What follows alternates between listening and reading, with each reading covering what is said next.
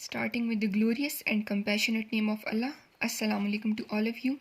Dear students, hope you have done the previous homework. We are going to check it inshallah.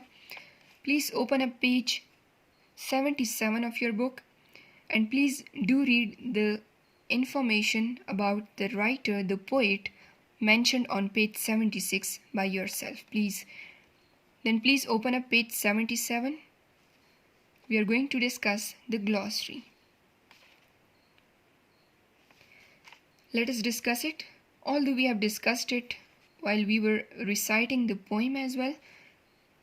Abash, sharminda karna, embarrassed or ashamed because of something that you have done.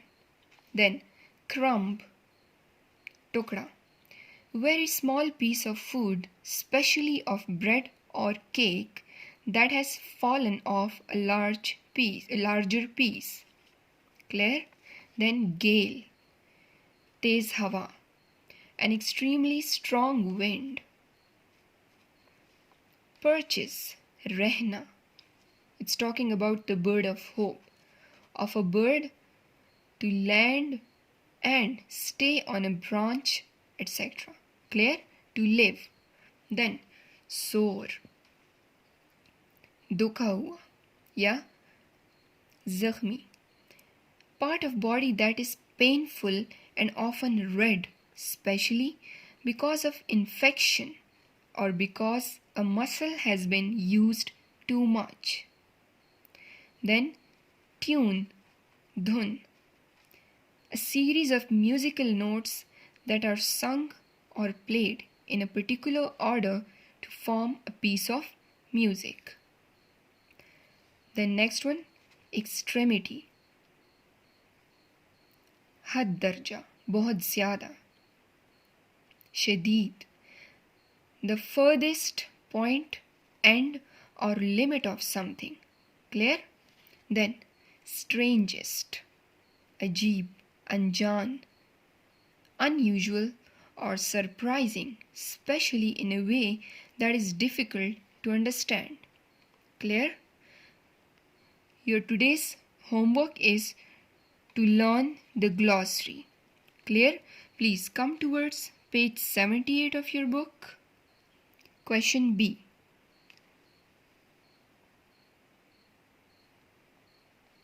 Question B. Choose the correct option. Part 1. The poet's comparison of hope to a bird is made in the form of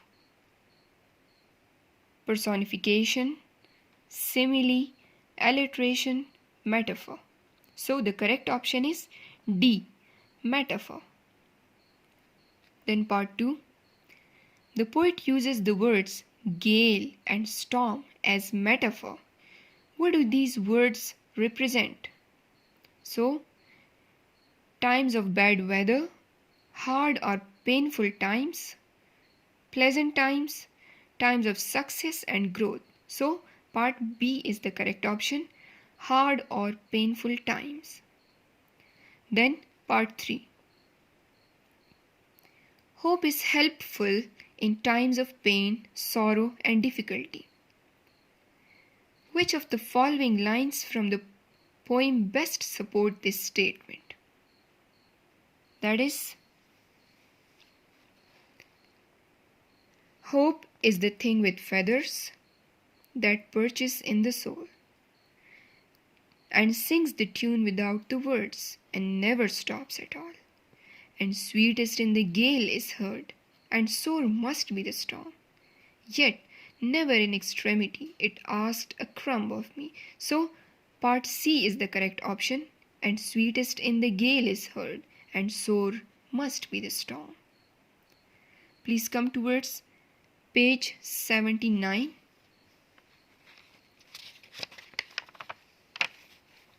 Come towards part 4 mentioned on page 79. The poet says that and sings the tune without the words. Why the bird of hope sings in a tune that has no words? So, to emphasize that hope does not need to be put into words to be felt, to point out that it is very difficult for people to express whether they feel hopeful or not, to suggest that people are unable to understand the feeling of hope, to indicate that the people who are always hopeful are also often forgetful. So the correct option is A, to emphasize that hope does not need to be put into words to be felt. Part 5. Read the following lines of the poem. And sore must be the storm that could abash the little bird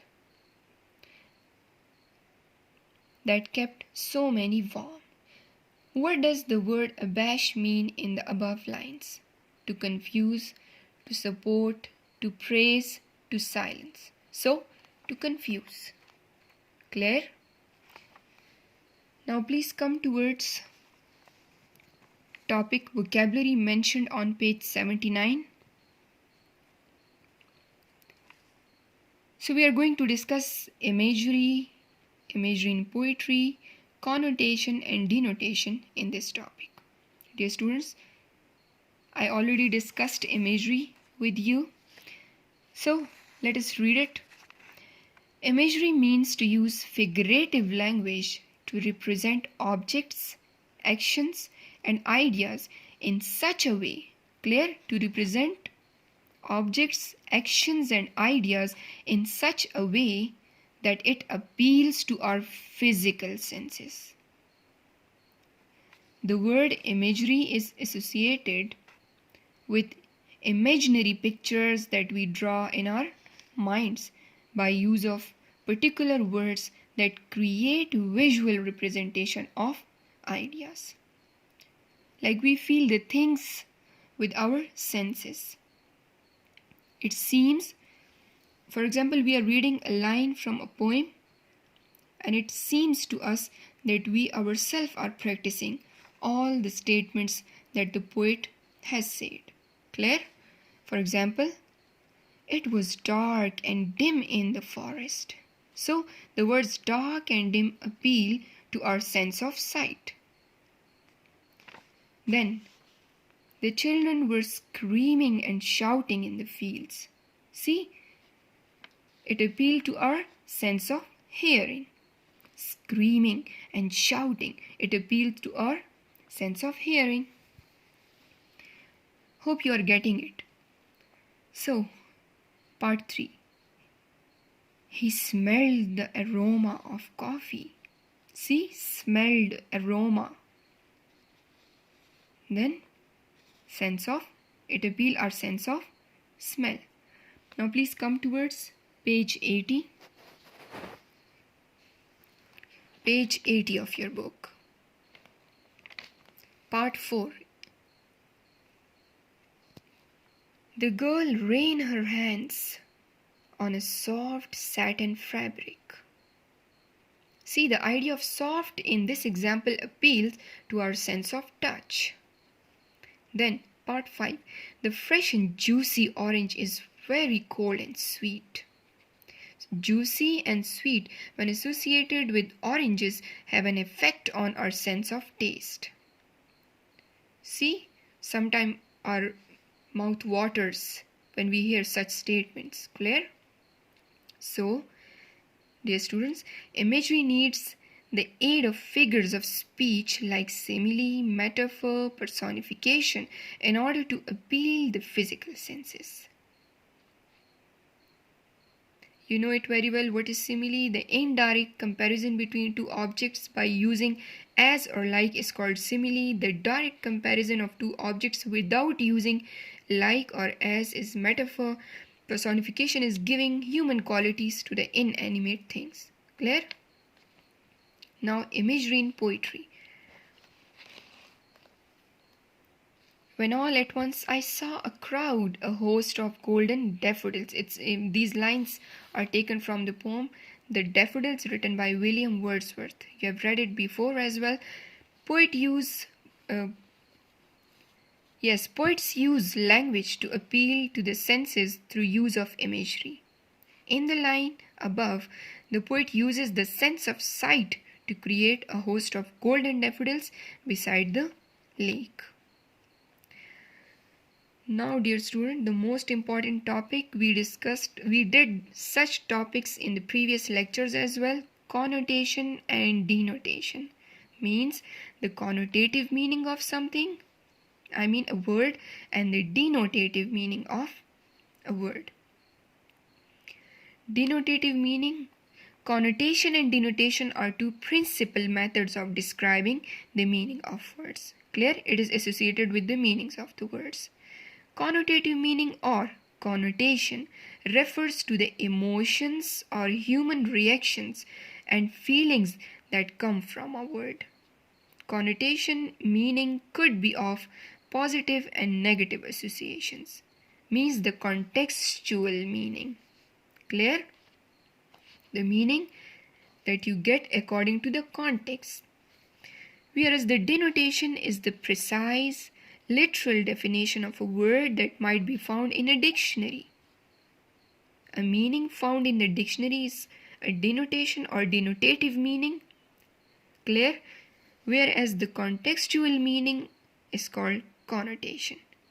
For example, if you look up the word snake in a dictionary, so its denotative meaning is any of numerous scaly, legless, sometimes venomous reptiles having a long, tapering, cylindrical body and found in most tropical and temperate regions.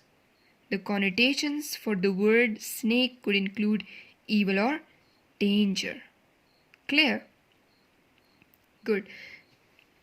So, dear students, please come towards page 81 of your book and see the topic concerning connotation and denotation, that is part A, question A, mentioned on page 81.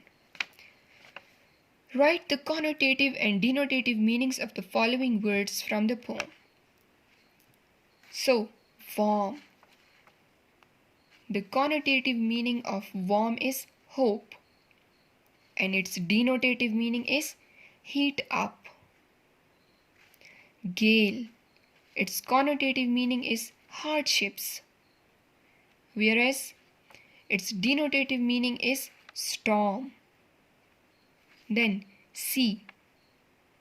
Its connotative meaning is many, whereas its denotative meaning is a large body. Clear? Then chillest. Then the fourth one word, extremity. Its connotative meaning is in severe need, whereas its denotative meaning is the extreme amount of something. Then chillest. Its connotative meaning is hardest, whereas its denotative meaning is coldest. Clear? So dear students, this is the end of our today's lecture. Your today's next homework is which lines of the poem indicate metaphor and imagery. So please do the homework properly. Question B mentioned on page 81 is your homework for today. Thank you so much. Stay blessed. Allah Hafiz.